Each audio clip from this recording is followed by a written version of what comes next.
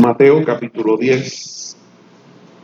Vamos a leer el verso 1 y luego vamos a leer versos 7 y 8. Mateo 10, verso 1 y luego el verso 7 y el 8. Dice la palabra del Señor. Mateo 10, verso 1. Entonces, llamando a sus 12 discípulos, les dio autoridad sobre los espíritus inmundos para que los echasen fuera, y para sanar toda enfermedad y toda dolencia. Versos 7 y 8. Y yendo a predicar, diciendo, el reino de los cielos se ha acercado. Ahora sí, verso 8. Sanad enfermos, limpiad leprosos, resucitad muertos, echad fuera demonios, de gracia recibisteis, dad de gracia. Aleluya. Oramos, Padre, gracias por esta palabra y por lo que vas a seguir haciendo. Gracias por esta primera parte del culto donde te has movido maravillosamente. Esta es tu iglesia. Tú eres el dueño, tú eres el pastor. Tu Espíritu Santo hace como quiere. Gracias por lo que haces. Ahora nuestros corazones están abiertos, Señor, listos y preparados para recibir una palabra tuya. Siémbrala en nuestro corazón. Aleluya. Y que dé fruto a 100 por 1. Y que nadie robe esta palabra y que nada, Señor, la haga morir. En el nombre de Jesús. Amén. Y amén. Vive Dios. Quiero comenzar diciendo que la vida de Jesús y el trabajo que Jesús tuvo con los 12 discípulos, hay quien dijo en una ocasión que cuando nosotros miramos la vida de Jesús y miramos cómo Él trabajó con sus discípulos, alguien dijo esto, es como un prototipo de lo que iba a ser la iglesia. Era un ensayo de lo que iba a ser la iglesia. Era un micro de lo que luego iba a ser un macro. Algo pequeño, un ejemplo de lo que se iba a vivir después. Y decimos esto porque Jesús fue concebido por obra y gracia del Espíritu Santo. Luego nació de una mujer virgen y cuando crece, básicamente de la vida de Jesús antes de su ministerio, o sea, antes de los 30 años, porque Jesús se estima que a los 30 años comenzó el ministerio como tal. Anterior a eso, lo único que se conoce de Jesús es el tiempo de antes de él nacer, su concepción, el tiempo que cuando un ángel se le aparece a José, le habla y demás. Luego cuando nace el pesebre, los pastores y toda esta cuestión que se celebra, que siempre adornamos todo en Navidad, nuestras casas y los lugares, recordando ese momento. Y luego cuando se fueron para Egipto porque estaban buscando al niño para matarlo, y luego en una caravana que iban caminando se le pierde a sus padres y ya pues era un niño grandecito porque ya hablaba, inclusive lo encontraron en el templo ministrándole a los sacerdotes. Luego de eso hay un tiempo de silencio y vemos a Jesús en cuando es bautizado, va al desierto y luego arranca y ahí explota el ministerio de Cristo. Lo que quiero decir con esto es, Jesús tenía el Espíritu Santo cuando nació y lo tenía todo el tiempo. El Espíritu Santo no se fue de él, pero cuando fue bautizado con el Espíritu Santo, arrancó, explotó la cosa. Ahí explotó la cosa. En el caso de los discípulos, leí el verso 1 a propósito, porque en el verso 1 dice que Jesús llamó a los 12 discípulos y les entregó autoridad. La autoridad que le entregó fue por su Espíritu Santo. O sea, fueron llenos del Espíritu Santo y luego que los llenó del Espíritu Santo le dijo, ahora, váyase por ahí, prediquen. Dice, yendo a predicar. Hay una versión que dice, vayan y prediquen. Porque a veces decimos, y yendo a predicar, y como que suavizamos, pero esto es una orden. Vayan y pónganse a predicar, fue lo que Jesús les dijo. Y prediquen, digan esto cuando vayan a predicar. Díganle a la gente que el reino de los cielos se acercó a la tierra. Y no solamente digan eso, sino que sanen a los enfermos, limpien a los leprosos, resuciten muertos, echen fuera a los demonios. Todo lo que ustedes recibieron gratuitamente, denlo gratuitamente. Eso es lo que Jesús está diciendo aquí. Entonces vemos la vida de Jesús cuando tenía el Espíritu Santo, pero cuando fue bautizado en las aguas y bajó el Espíritu Santo en forma de paloma y vino sobre él y el Padre habló desde el cielo, ¡bum!, explotó la cosa. En el caso de los apóstoles, los discípulos, ellos estaban con Jesús, vivían con Jesús, pero no fue hasta que recibieron esa autoridad, ese poder, que ¡bum!, explotaron. En el caso de la iglesia, es lo mismo. La iglesia se estaba reuniendo, habían 120 en el aposento alto, y Jesús le había dicho, yo les voy a dar, no se muevan de Jerusalén hasta que reciban el Espíritu Santo. Y ellos estaban allí clamando, y no fue hasta que en el capítulo 2 del libro de los Hechos, el día de Pentecostés, ¡bum!, reciben el bautismo del Espíritu Santo. Y ahí la iglesia explota, y comienzan a ocurrir todos los milagros y todas las cosas. Y es como si la vida de Cristo y la vida de los apóstoles fueran un prototipo de lo que iba a ocurrir después. ¿Ok? Pero en el micro, como le dije ahorita, Jesús le impartió la unción, el poder del Espíritu Santo. Jesús, este tipo de cosas que ocurrieron en la vida de Cristo, estos eventos que vemos que ocurrió en la vida de los discípulos, esto que ocurrió y que se repite en la vida de la iglesia, en el libro de los Hechos, es lo que Dios espera que ocurra en la vida de nosotros. Dios no espera menos de nosotros. No espera menos de nosotros. Dios nos llamó, nos llenó con su Espíritu Santo y ahora Él espera que continuemos la misión que Él empezó. Muchos de nosotros, hermanos, vinimos, los apóstoles, los discípulos, cuando Cristo muere, sube al cielo y arranca el libro de los Hechos y empiezan a predicar estos apóstoles, estos discípulos del Señor, dice que ellos prácticamente callaban a los sacerdotes. Tenían una palabra poderosa, profunda, llena del Espíritu, llena de poder. Y la gente se preguntaba, ¿pero quién rayos son estos? Si estos son gente del vulgo, estas son gente de la calle. Allí estaba el pescador, allí está uno de los que se robaba a los chavos porque era Mateo y era el recogedor de impuestos, era un pillo, se robaba a los chavos a la gente y era considerado un traidor. Allá había otro que decían que era de los rebeldes, de los ISIS, que estaba allí metido, se había convertido a Cristo y era uno de los seguidores de Jesús. Y la gente decía, pero ¿cómo es posible que esta gente son pescadores, carpinteros, gente de la calle, no son estudiosos, no son gente que podamos decir que son abogados o algo por el estilo? Gente sufrida, gente dolida, gente con necesidades, gente que no estaba en una escala social alta, sino que eran gente de la calle, gente normal, como tú y yo. Y Dios los cogió, inclusive. Yo una vez hice una predicación de los 12 apóstoles y me puse uno por uno a buscar quiénes eran cada uno de ellos. Y tenían tantas y tantas deficiencias que yo como pastor no hubiera escogido a ninguno de ellos para ser líder de la iglesia. A ninguno. Los hubiera descartado a todos. Porque estaban tan mal, estaban tan dañados. Eran tan difíciles. Pedro abría la boca, metía la pata. Tú sabes, el otro se robaba a los chavos cuando recogía, era recogedor de impuestos y más era lo que se echaba al bolsillo que lo que le daba. Eran gente que no tenían, algunos no tenían carácter. Y así por el estilo. Así, pero Jesús los escogió. Y muchos de ellos llegaron a las manos de Jesús. Y Jesús trabajó con ellos durante 3 años. Estuvo trabajando con sus deficiencias. Estuvo trabajando con lo que la gente rechazaba de ellos. Inclusive trabajó con lo que ellos mismos rechazaban de ellos mismos. Y lo que nadie veía en ellos, ni aún ellos mismos veían en ellos, Jesús lo vio. Y por eso la Biblia dice, lo vil, lo necio y lo menospreciado de este mundo escogió Dios para avergonzar a los sabios. Porque a veces para el mundo eso es lo vil, lo necio y lo menospreciado, lo que menosprecia.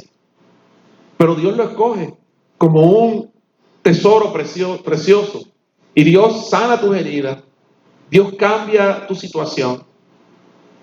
Y a veces la situación a nuestro alrededor no cambia, pero Dios cambia nuestro corazón para poder manejar y vivir en medio de la tormenta. Y Dios comenzó a trabajar con estos discípulos, a trabajar con ellos, a ministrarles, los convierte en sus discípulos. Y en ese proceso, Él tiene una estrategia.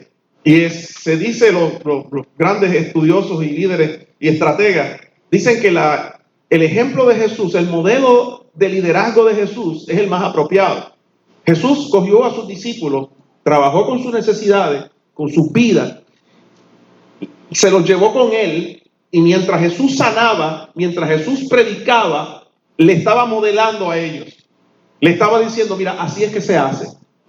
Así es que se hace. Y ellos los primeros años lo que hacían era mirar y escuchar, aprender, llorar, estar frente a Él, hacerle preguntas. Porque cuando Él decía una parábola, cuando Jesús ministraba, después ellos lo cogían aparte y le decían, explícanos qué significa todo esto. ¿Qué es lo que tú estás hablando? Y Jesús se sacaba de su tiempo con calma y les iba enseñando. En ese tiempo ellos estaban viendo, escuchando, Jesús estaba modelando, pero llegó un momento que fue que acabamos de leer, donde Jesús le dijo, ok, ya tienen toda la teoría, ahora quiero que hagan la práctica. Y entonces les imparte poder, les imparte unción y le dice que hagan todo lo que Él estaba haciendo. Porque es maravilloso, porque Él le dice, yendo, o sea, vayan y prediquen y díganle a la gente, el reino de los cielos se ha acercado. ¿Cuál era la predicación de Jesús? Esa. El reino de los cielos se ha acercado. O sea, el amor de Dios ha llegado a ustedes. El reino de los cielos, que tú no ves tan lejos, que Dios se olvidó de ti, no, ha bajado a la tierra y se ha acercado a tu vida. Dígale eso a la gente. Pero además de decir eso a la gente, le dijo, sanen los enfermos, limpien los leprosos, resuciten muertos, echen fuera demonios, lo que ustedes recibieron gratuitamente, denlo gratuitamente. ¿Era eso lo que estaba haciendo Jesús? Lo mismo. Y le dice, ahora, todo eso que ustedes han visto, comiencen a hacerlo. Yo imagino 2 o 3, ¿y cómo lo vamos a hacer? O sea, Él es Jesús, Él es Dios, pero yo no. Pero Jesús los envió, y dice que los envió de 2 en 2. Arranquen por ahí, les dio unas directrices, y si usted con calma puede leer más tarde el capítulo 10 completo de Mateo, usted se va a dar cuenta de todas las directrices e instrucciones que Jesús le dio a sus discípulos, que son aplicables a nuestra iglesia, muchas de ellas. Hay algunas que aplican solamente a Israel, porque le dijo, no vayan a ciudades de gentiles, simplemente vayan a las ciudades que son de Israel. Porque el ministerio de Jesús, cuando estaba en la tierra, era para los israelitas. ¿Ok? A los suyos vino y los suyos no lo recibieron. Eso dice la Biblia. Y por eso se extendió hacia otro pueblo que somos nosotros, que somos los gentiles. Así que, si usted lee todo lo demás, hay una explicación completa y bastante gráfica de lo que iba a ocurrir a ellos mientras estuvieran predicando. Pero, dejando eso ahí, dijimos que el ejemplo de Jesús de cómo liderar era, te llamo, brego con tus necesidades, te equipo, te modelo, te envío de 2 en 2, yo te observo, después vienes y me cuentas lo que ocurrió, y luego Jesús se va y los deja. Ahora les toca a ustedes. Y sigan haciendo lo mismo. Tire por ahí para abajo. Y sigan predicando, sigan sanando, sigan la misión. Continúen el trabajo. No se detengan. Continúen haciendo el trabajo que yo empecé y que le hice a ustedes. Entonces, en el capítulo 10, cuando usted sigue leyendo, les dice, podemos leer aquí en los versículos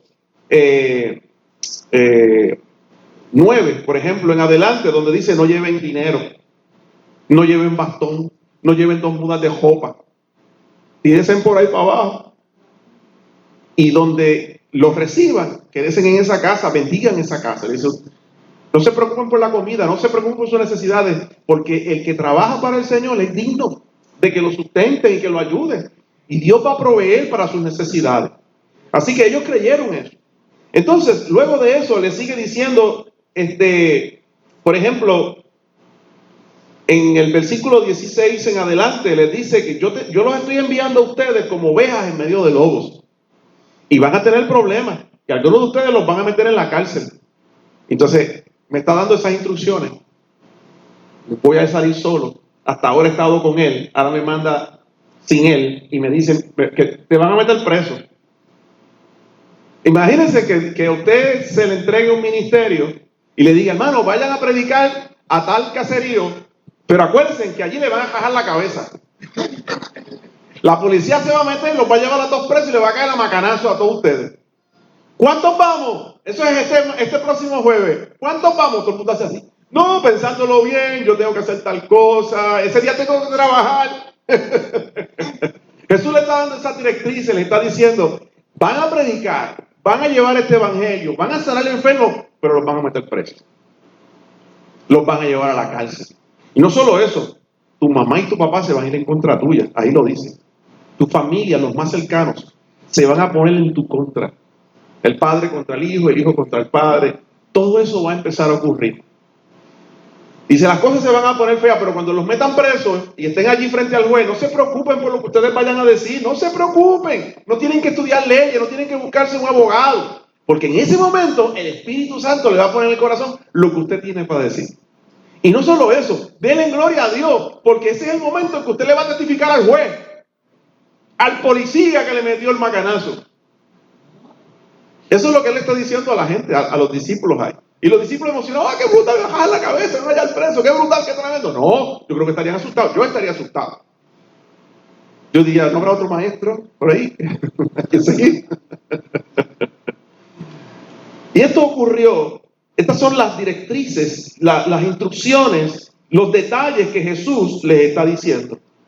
Pero él no le dice, mira qué curioso es. Él no dice, cuando eso ocurra, pues yo entenderé su llanto. Si hay 2 o 3 que se quitan, no hay problema. Si alguno no quiere ir, pues está bien, yo entiendo. Mira lo que dice el versículo 23. Cuando te persigan en esta ciudad, vete para la otra y sigue predicando. No dice quítate. No dice yo voy a entender si dejas el ministerio, si cuelgas, si enganchas los guantes. No.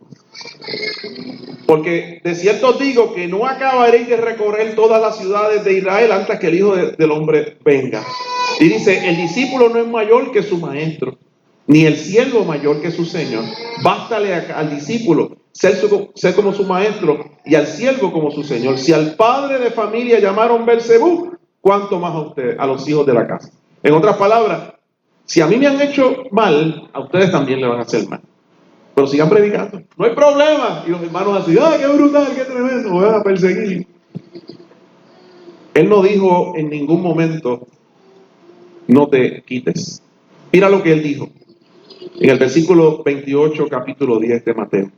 Él les dijo, no tengan miedo de los que matan el cuerpo, mas el alma no pueden matar. Temed más bien a aquel que puede destruir el alma y el cuerpo en el infierno. Eso fue lo que Jesús les dijo.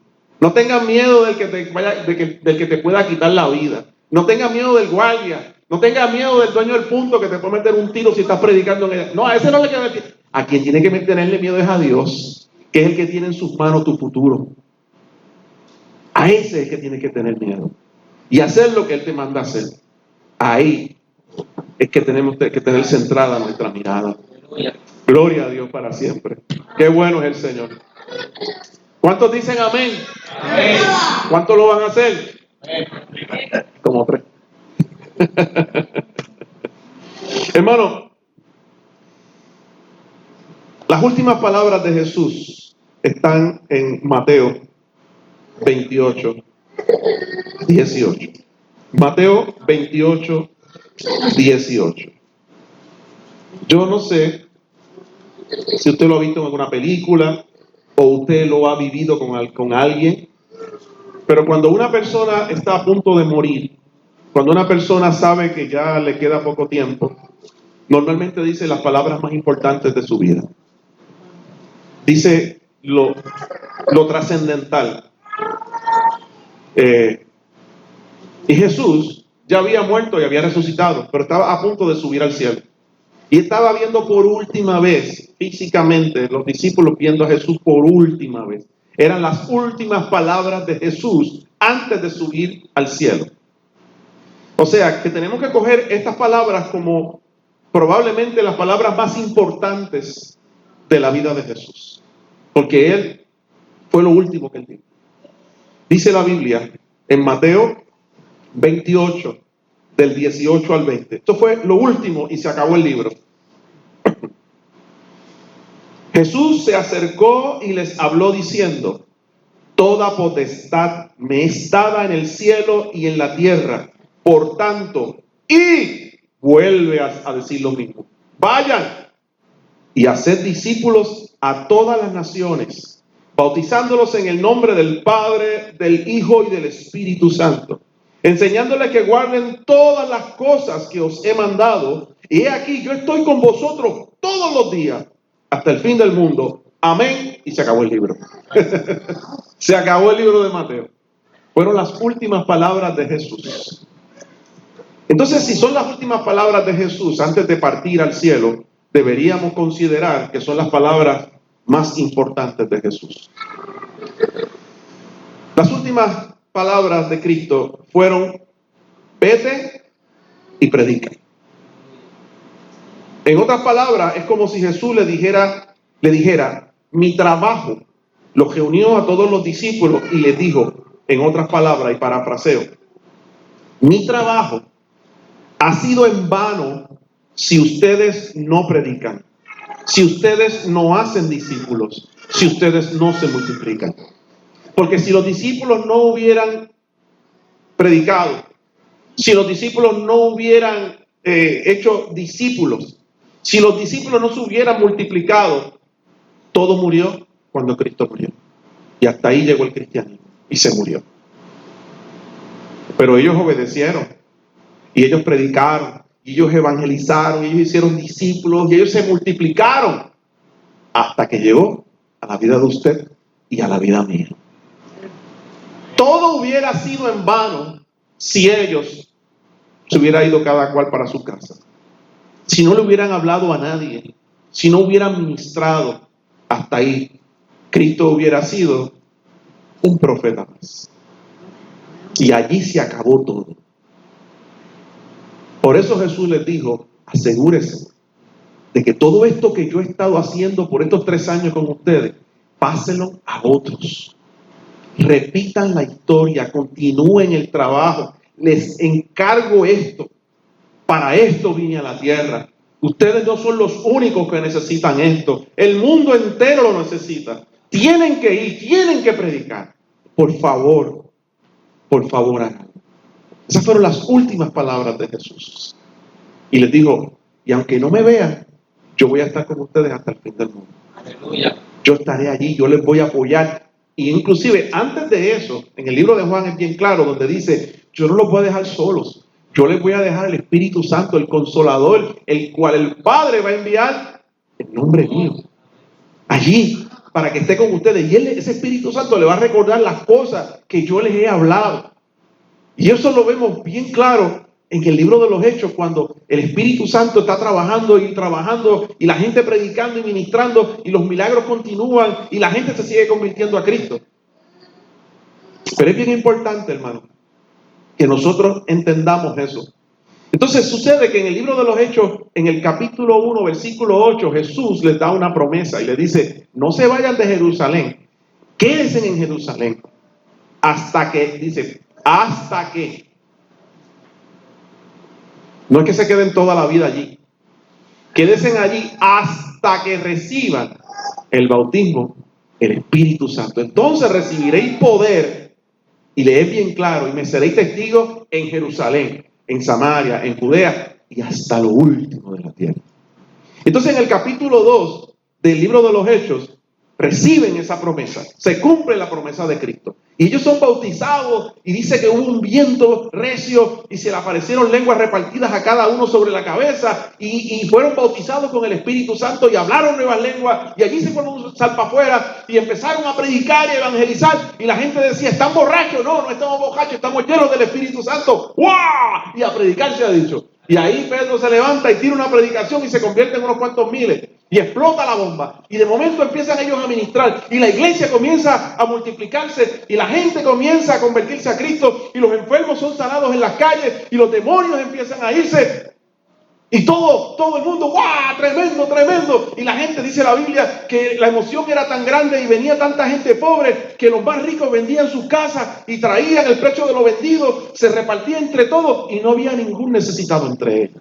Y había un fluir del Espíritu y un amor y una cosa bien tremenda, bien tremenda. Y la iglesia seguía creciendo, creciendo. Pero no salían de Jerusalén. Y se quedaban ahí. Y ellos decían, esto es más que para los judíos cristianos. Nadie más puede recibir esto. El Espíritu Santo es solo para los judíos que se conviertan a Cristo.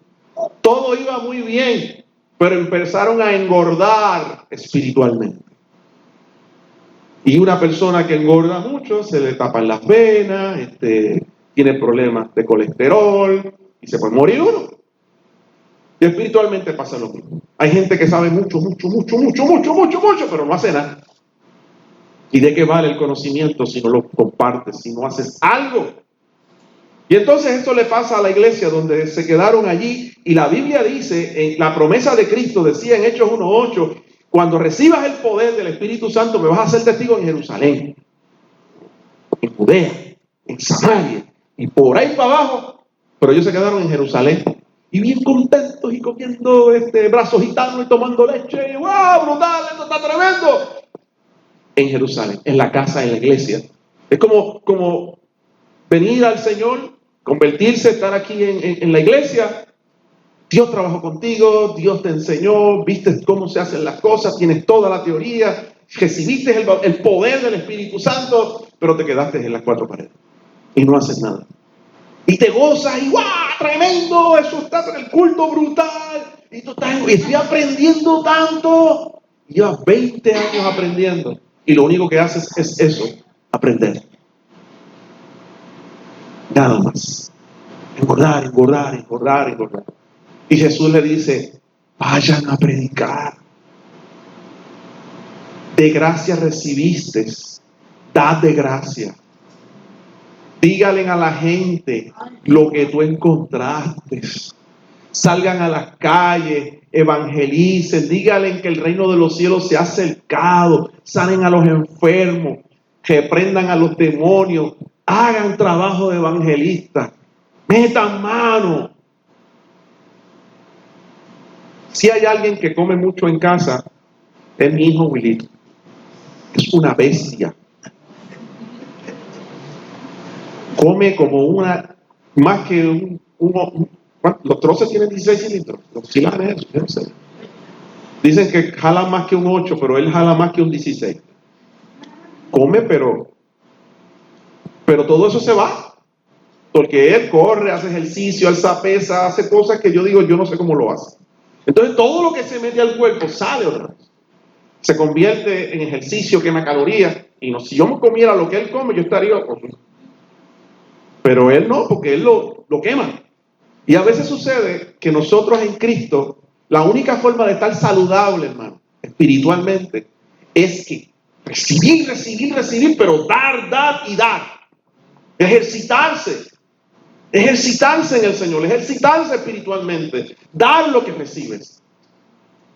Y entonces, espiritualmente vamos a tener un cuerpo saludable, sin enfermedades. Gloria a Dios. Estaban tan contentos que no salían de Jerusalén. Se mostraban el amor entre todos los que vivían en Jerusalén. Y el Señor le dio break, pero dijo, no puedo. Soltó un poco la cobertura y apareció la persecución. Y los obligó a cogerse a dicho todo el mundo. Y dice la Biblia que empezaron a ser perseguidos y aún mataron a algunos de ellos. Y dice la Biblia que muchos de los que salieron huyendo de Jerusalén se fueron a otras ciudades y mientras iban caminando, iban predicando. Y ahí sale la iglesia de Antioquía. Y allí por primera vez le llamaron cristianos a los del camino, porque le decían los del camino. Esa palabra de cristiano no existía Después fue que le llamaron los del camino y en un momento dado le dijeron, son los cristianos, los que siguen las enseñanzas de Jesús. Y eso ocurre ahí.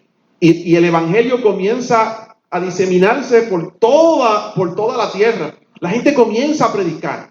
Y la iglesia sale de Jerusalén y se cumple la palabra de Cristo. Y me seréis testigos en Jerusalén, en Judea, en Samaria y hasta lo último de la tierra. Y se cumple la palabra del Señor. Pero se cumplió porque tuvo que venir una persecución para echarlos a correr. Y entonces toda esa gordura espiritual que tenían se convirtieron en gente saludable. Y la iglesia comenzó a parir otras iglesias. Y comenzaron a salir ya no solamente la iglesia de Jerusalén, sino que habían iglesias por toda la región. Pero gracias a que la iglesia fue obligada a salir. Y ahí la iglesia, Jesús tuvo que permitir eso para que la gente hiciera lo que Él les mandó a decir cuando dijo sus últimas palabras, donde les dijo, por tanto, id y haced discípulos a todas las naciones, bautízalos en el nombre del Padre, del Hijo y del Espíritu Santo, y enséñenles que guarden todo lo que yo les he mandado a ustedes. Hubo un momento donde la iglesia estaba tan llena y tan gozosa del Espíritu Santo que dejaron de obedecer al Señor. A veces pensamos que con cantar coritos y darnos abrazos y todo, con eso basta. El Señor espera algo más de nosotros. Ya el Señor trabajó con nuestras necesidades, nos trajo, nos perdonó, nos limpió, nos restauró. ¿Ahora qué? ¿Ahora qué? ¿Ahora qué? ¿Cuál es nuestro propósito como cristianos? ¿Por qué Dios te salvó? ¿Qué espera Dios de mí? ¿Por qué Dios me salva? ¿Qué espera Dios de mí? A veces nosotros vivimos como si fuera Dios quien nos sirviera a nosotros y no nosotros los servidores del Señor. Estamos en Cristo, Dios perdona nuestros pecados y Dios es quien me sana, Dios es quien me liberta, Dios es quien me provee el trabajo, Dios es quien me da la comida, Dios es el que resuelve mis problemas, Dios es el que trabaja con mi familia, el que trabaja con mis emociones. Dios hace tantas cosas por mí y Dios me sirve, es mi sirviente. Es el 911 que responde cada vez que yo lo llamo. Es el de Little Caesar que yo le digo, mira, ya mismo paso a buscar la pizza, prepáramela. Y tú vas y la tienes ahí. Y después testifica, ay, Dios me proveyó. Ay, Dios hizo esto conmigo. Pero ¿sabe una cosa? Un día Dios testificó. Un día Dios quiso testificar. Sí, porque nosotros testificamos de las cosas que Dios hace por nosotros. Pero Dios podrá testificar de las cosas que tú haces por Él. Un día dice la Biblia que se presentaron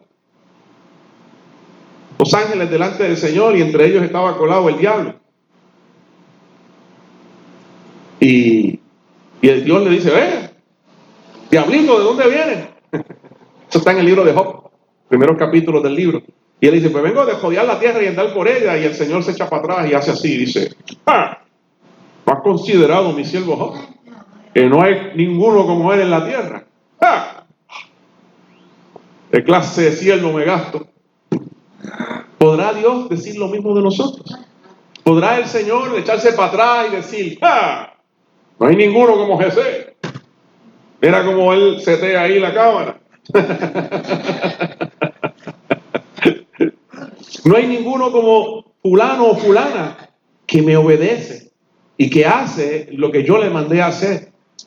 Y que no solamente está todo el día pidiéndome cosas y esperando que yo le sirva, sino que está dispuesto a servirme y va donde yo lo envío y predica la palabra y evangeliza y le dice a la gente, el reino de los cielos se ha acercado. Y no solo eso, se atreve a orar para que los demonios salgan, se atreve a orar para que la gente sea sanada, y yo lo respaldo porque él me está obedeciendo.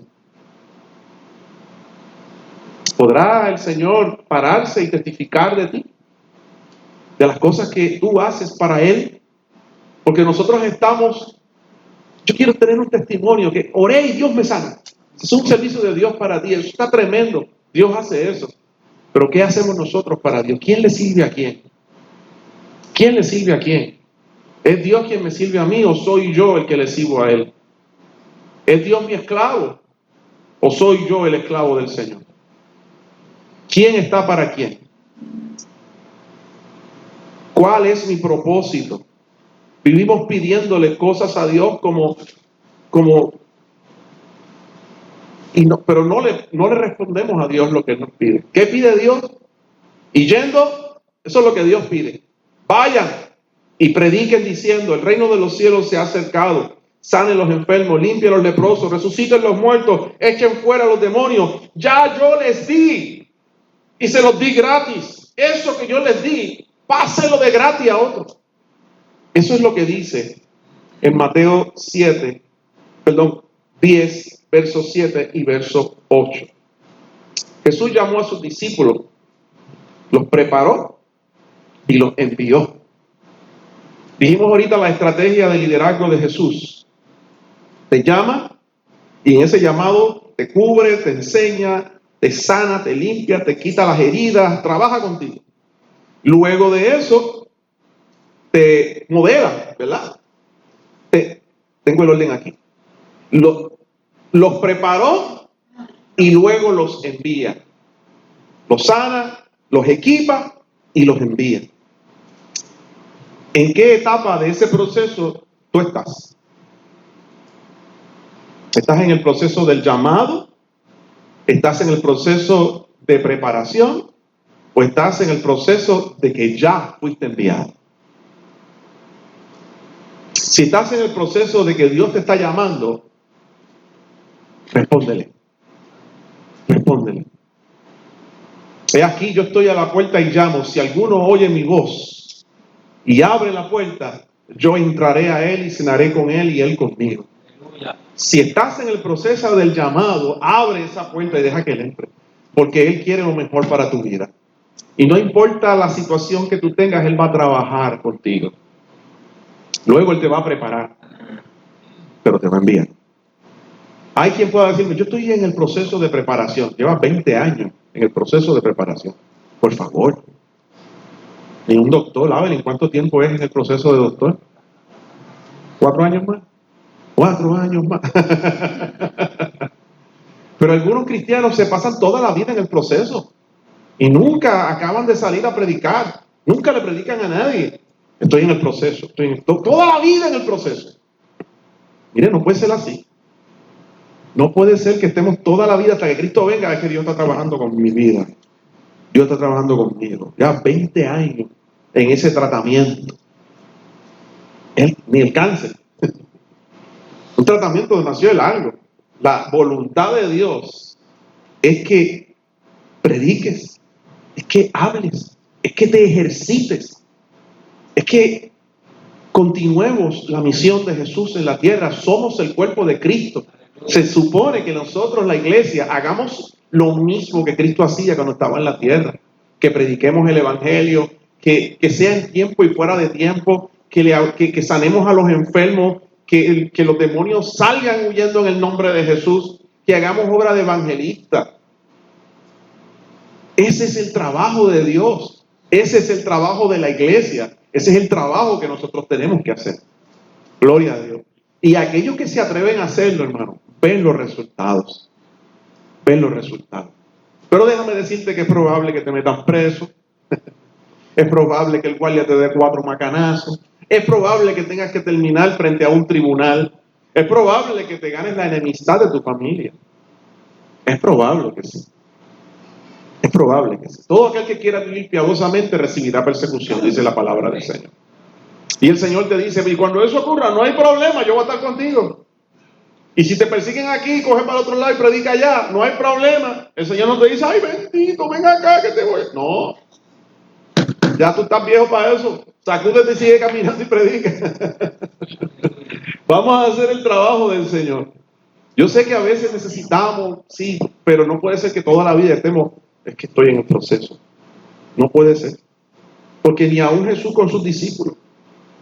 O sea, antes de los 3 años ya Él los había enviado. Les impartió poder, les impartió el Espíritu Santo. A trabajar se ha dicho, metan mano, esto hay que echarlo a correr. Solamente preguntémonos, para saber en qué etapa estamos. ¿Cuántos tú te has ganado para Cristo? ¿Cuántas personas tú te has ganado para Jesús? ¿Cuántos? Y cuando cuentes, si el número es 0, pues te quedaste en una etapa. Se supone que tú pases de esa etapa. Y tú te ganes a tu familia para Cristo, y te ganes al vecino, y te ganes al que trabaja contigo, al que estudia contigo, al que está en la calle, al que sea, te lo ganes para Cristo. Y ahí te darás cuenta, estoy en la etapa de que fui enviado y estoy haciendo el trabajo que el Señor me mandó a hacer. Y es posible que en ese trabajo pues sea herido y necesite ayuda y cobertura, amén, pero no pares. No pares. No nos podemos escudar detrás del problema para no trabajar. No nos podemos escudar detrás de la enfermedad para no trabajar. Porque cuando usted está en un trabajo que le pagan por el trabajo, a veces usted va a estar enfermo. Y se lleva mal con el jefe y tiene problemas con aquel, pero como si no cobro. Usted no se, ay, es que hoy no tengo ganas. Pues no cobra. Tan sencillo como eso. Pero en el Señor, a veces hacemos eso. Ay, es que yo no tengo ganas de ir al culto. Ay, es que me da miedo predicar. Me da miedo predicar. ¿En qué etapa nosotros estamos y qué Dios quiere hacer a través de ti? ¿Qué Dios quiere hacer a través de ti? No dejemos y con esto voy cerrando, no dejes que Satanás te entretenga. No te ames a ti más que a Dios. Amamos a Dios sobre todas las cosas, primer mandamiento, pero cuando analizamos cómo nos comportamos, a veces nos damos cuenta que nos amamos más a nosotros que lo que amamos a Dios. Examina lo que haces. ¿Cuánto estás dispuesto a sacrificarte por la causa de Cristo? Y ahí nos damos cuenta que probablemente nos estamos amando a nosotros mismos que a Dios. Porque no quiero amanecerme o no quiero pasar por esta etapa, o esto me causaría dolor, o no voy a hacer esto para Cristo porque esto es doloroso, o no le doy esto al Señor porque entonces me quedo sin nada. Hermano, eso es amarnos más a nosotros que a Dios. Y la Biblia dice que el que ame a su papá, a su mamá, a su familia, más que a mí, no es digno del Señor, dice el Señor. Y son palabras fuertes, pero son reales. Son reales. Ustedes discúlpenme porque quizás estoy un poquito... Pero imagínense si fuera Jesús aquí, recordándonos las últimas palabras que Él dijo. Si ustedes no hacen eso, en vano fue mi trabajo. Si ustedes no evangelizan, si ustedes no se multiplican, en vano yo morí en la cruz del Calvario. Hay que predicar el Evangelio, tenemos que salir a las calles. Tú y yo tenemos todo lo necesario. Tenemos el Espíritu Santo y tenemos su palabra. Con eso va. Su presencia y su mensaje. El mensaje de salvación. El poder de Dios y su palabra. Basta con eso. No tengas miedo. Ya Dios te sanó. Ya Dios te libertó. Ya Dios trabajó contigo. No permitas que el diablo te acuerde cosas que ya Dios borró. No te detengas cuando Dios te está empujando por la espalda para que camines. Hagamos obra de evangelista, prediquemos el evangelio, hagamos que el trabajo de Jesús no haya sido en vano. Bendito Dios, predica, haz discípulos, cumple tu propósito en la tierra. Cumple tu propósito, el propósito por el cual Dios te llamó, para extender su reino, para predicar su palabra. Oh, gloria a Dios. ¡Qué honor! La Biblia dice que los ángeles nos miran y nos envidian.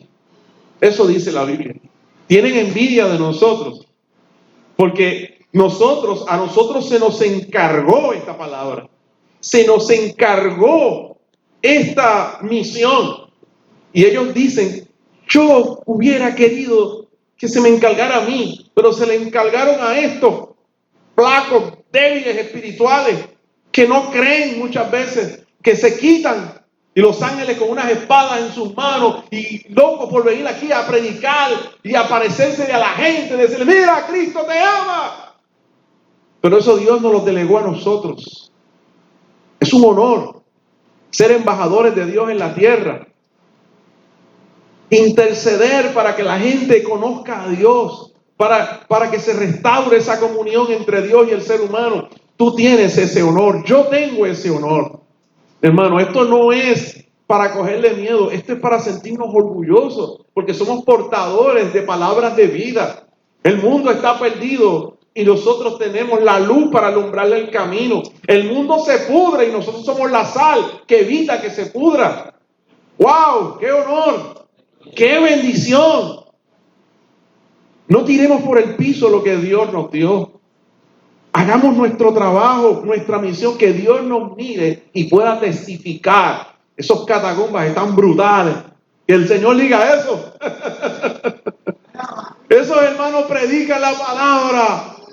Que el Señor pueda sentirse orgulloso como se sentía de Job y se tiraba para atrás. No has considerado a mis siervos, los que se reúnen en el final. Que el Señor pueda decir eso de nosotros. Así que, hermano, yo quiero terminar con esta oración. Y yo no creo que sea una oración para pedir. Es una oración de compromiso con Dios. Es una oración porque a veces pensamos que todas las oraciones son para pedirle algo al Señor, pero esta oración no es para pedirle algo a Dios, porque ya Dios te dio todo lo que tú necesitas para hacer esto. Esta oración es para decir, cuenta conmigo. Heme aquí, Señor. Voy a meter mano. Perdóname por no haberlo hecho antes. Voy a meter mano. ¿Cuántos están dispuestos a hacer esa oración? Pues nos ponemos en pie y oramos. Señor,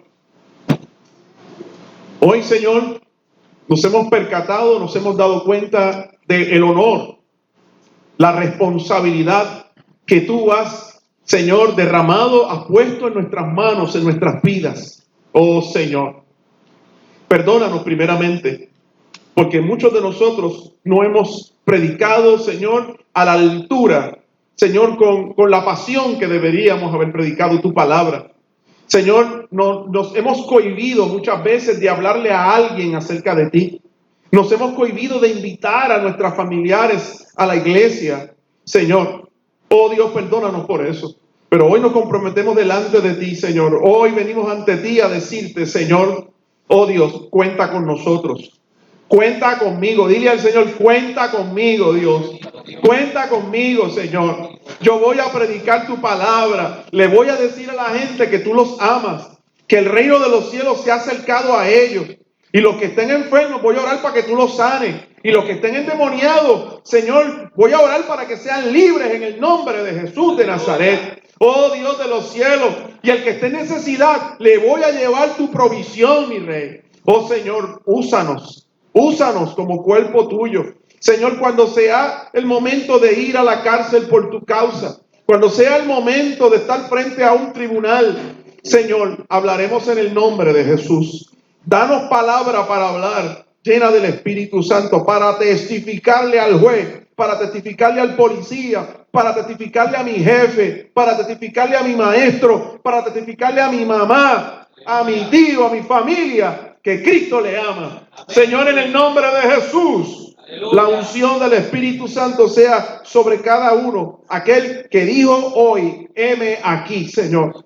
Gracias, Dios. Gracias, mi Rey. En el nombre de Jesús. Amén y amén. ¿Cuánto le da un aplauso al Señor? Aleluya. Señor, te adoramos y te bendecimos. Te damos la gloria y la honra a ti, mi Rey. Eres santo, eres sublime, Señor. Y no hay otro como tú. Bendito Jesús.